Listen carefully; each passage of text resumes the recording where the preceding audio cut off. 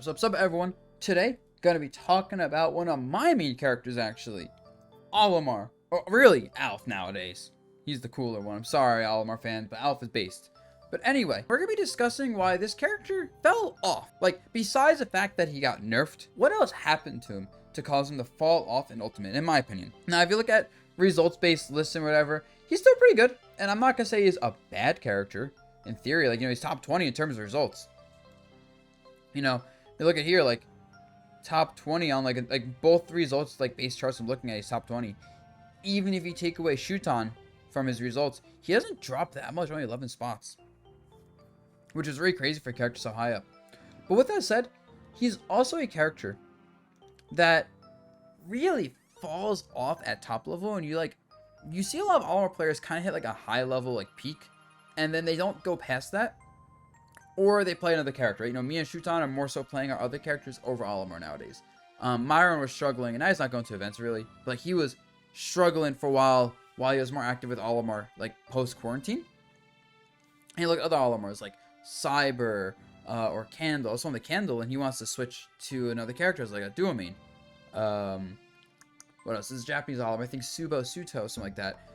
Ends up playing more Joker now and is getting, I think, better results with Joker. Better character, makes sense. But it's like, what happens to Olimar? Why does he seem so strong? And then when he gets to top level, his results stagnate, and everyone playing the character wants to play someone else. You want a chance to fight against one of the best Smash players in the world, just to see what it's like while chilling with him, having a great time? Well, guess what? If you check out the Metafy link in the description below, you can get exactly that with people like me, Leo, Light Tweak. You can literally fight against any of the best people in the world, just a click away. So I like talking about the history of characters sometimes, and with Olimar, honestly, he's been a very different character in every Smash game. Like, he's had the same basic gameplay plan, which is, get his Pikmin lineup with lots of purples, and abuse those purples to kill you at absurd percents while walling you out, and just use his massive ranged attacks to throw out lots of really safe big hitboxes, rack up insane damage, and kill you, while also being a glass cannon, super lightweight, explodable recovery, and just general disadvantage state. Both the whistle is a combo breaker. And like, those have been the staples, but his execution has been very different. Brawl Olimar is a very silly character. Smash for Olimar is more of a... Brawl Olimar is a very silly character with lots of range that you can just kind of like abuse for free. Smash for Olimar is a much more Smash for Olimar was he was weird.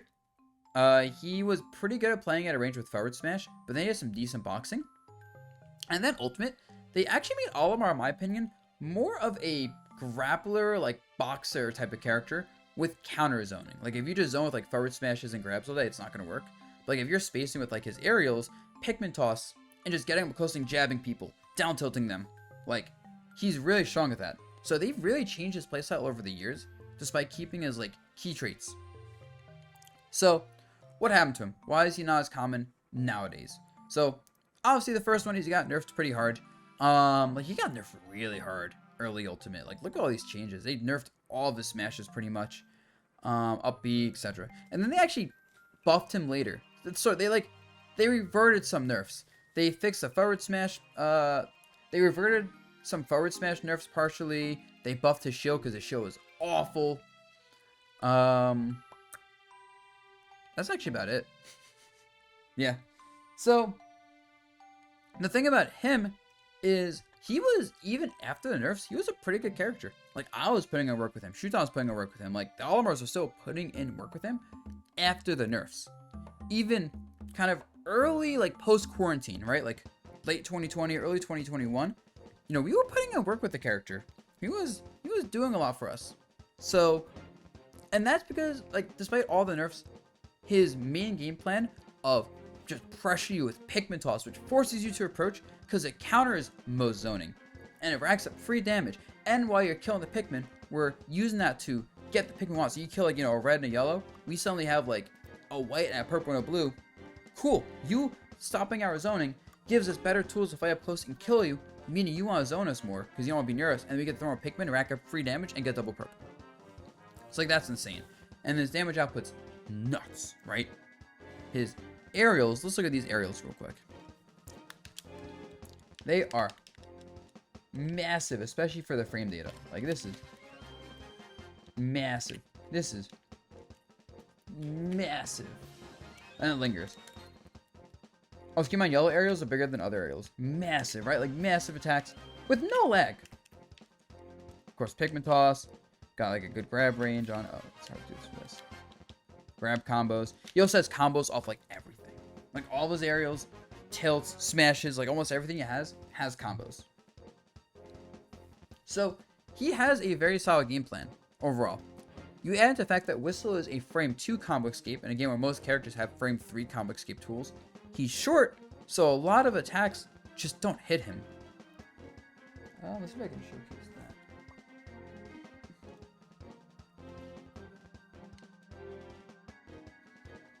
Like, Palutena is doing like a rising back air, it doesn't get close to hitting him. She has to do a falling back air, which makes her aerial timing really linear and punishable. You know, Nair does not hit up close, you have to do is like the late hit. You gotta like fall with it. So, like, he has all these strong traits that make him a great character and make him good for a long time. So, once again, what happened? And I think the biggest thing with this character is the development of Ultimate's meta. He kind of naturally, at least I could be wrong, you know, all our players might figure things out. You know, maybe also doing better with the character. Shuton plays the character more and does very well with him. But I think as Ultimate's meta developed, there's been 2 clear things that have been developed in Ultimate that I think Olimar is not able to keep up with. One is just advantage state. I'm not talking about combo game, right? Everyone's combos got better. Olimar's have a little bit, but he was kind of, honestly, I feel like Olimar players did a very good job of like maximizing his combos and like figuring out the crazy shit he had early on, because there was, between Myron, Shuton, and me, you had 3 really good Olimar players from the previous game playing him and getting blessed by the fact that he was really good. Where a lot of top tiers in Ultimate, especially early on, weren't top tiers in previous games, or even like characters people played in previous games. So like you didn't have like a large like skilled player base learning the character right away. But yeah, see, like a lot of his like combo game stuff and just like his general flow of gameplay was figured out really early. Because after like the technical aspects of managing Pikmin, he's actually a really simple character. Like once you can manage your Pikmin, actually playing him is kind of easy. Just point your attacks in the direction of the opponent generally. But, so that's an issue, right? And then other characters and players start catching up with their combo games to match his, almost. But more importantly, advantage state. Well, not even just like, oh, getting combos, but like putting someone in the air and keeping them in the air for a long time. So if you look at his stats, he's okay mobility-wise. Like, he is average air acceleration. He is very slow in the air overall. Like, he's one of the slowest characters in the air. But luckily, his air acceleration makes it okay. It's definitely an issue. He goes fast without B, though, I'll say that much. His fall speed is one of the slowest fall characters in the game, which definitely stinks. It does make him hard to combo, though, but he gets juggled really easily. Gravity is also very low, so once again, hard to combo. He has okay jump height. His jump duration is pretty long, though, so it's kind of like easy to react to him jumping, which means easy parries and stuff. However, he's lightweight. Like, he is one of the lightest characters in the game, which is awful. His initial dash is below average, but not by much. The bigger issue, however, is his run speed is also like below average. So when you combine like all those mobility stats, right? Like poor air speed, okay air acceleration, initial dash is okay, and then like run is whatever. Look at the other stats. Anything interesting here? No. So like combine all those, and he's just slow. He is. The big thing is he can't chase people well. Like when it comes to juggling, like his up air is big, but he has a lot of trouble keeping up with people like in the air. Like he can't like chase a character like Cloud jumping around. He just can't. Or a character like Palutena teleport canceling around. It's so hard for him to catch that. You know, Mithra just not Mithra. Steve minecarting, forget about it. Game Watch just like naturally drifting in the air. Like it's hard for him. And I keep going on and on, but the point is, that's difficult for him, especially because when he jumps, due to how floaty he is, if you like jump and whip an attack with him, someone like fast full air dodges, you're getting punished. Or like you just whip the attack and they're back to neutral. And which is fine, he has a good neutral, very good neutral, but it's not pushing an advantage state, which is a big deal in Ultimate. And then you look at like his edge guarding, like he is okay edge guarding, like he can run off fair, it's pretty good. Downer 2 frame is very solid, honestly. His ledge trapping with down tilt and yellow forward smash and stuff, like he has okay ledge trapping. It's not the best. He has a bit of trouble killing people in particular off the ledge without like hard reads that leave him open. But he has some okay ledge trapping. And that is one of the two aspects of this game where Olimar really falls apart on. Because all those things I mentioned, it's like he's anywhere between bad and okay at. And then his disadvantage state is trash. We looked at his mobility stats, right? He's very slow in the air. We looked at how light he is. Frame to whistle is great, but he's so floaty you can like hit his whistle and still frame trap him with a lot of characters, or use multi-hits that just beat the whistle. Also, if you kill the Pikmin when he's off stage, like he has no Pikmin aerials left, so you don't have to worry about any of his range anymore.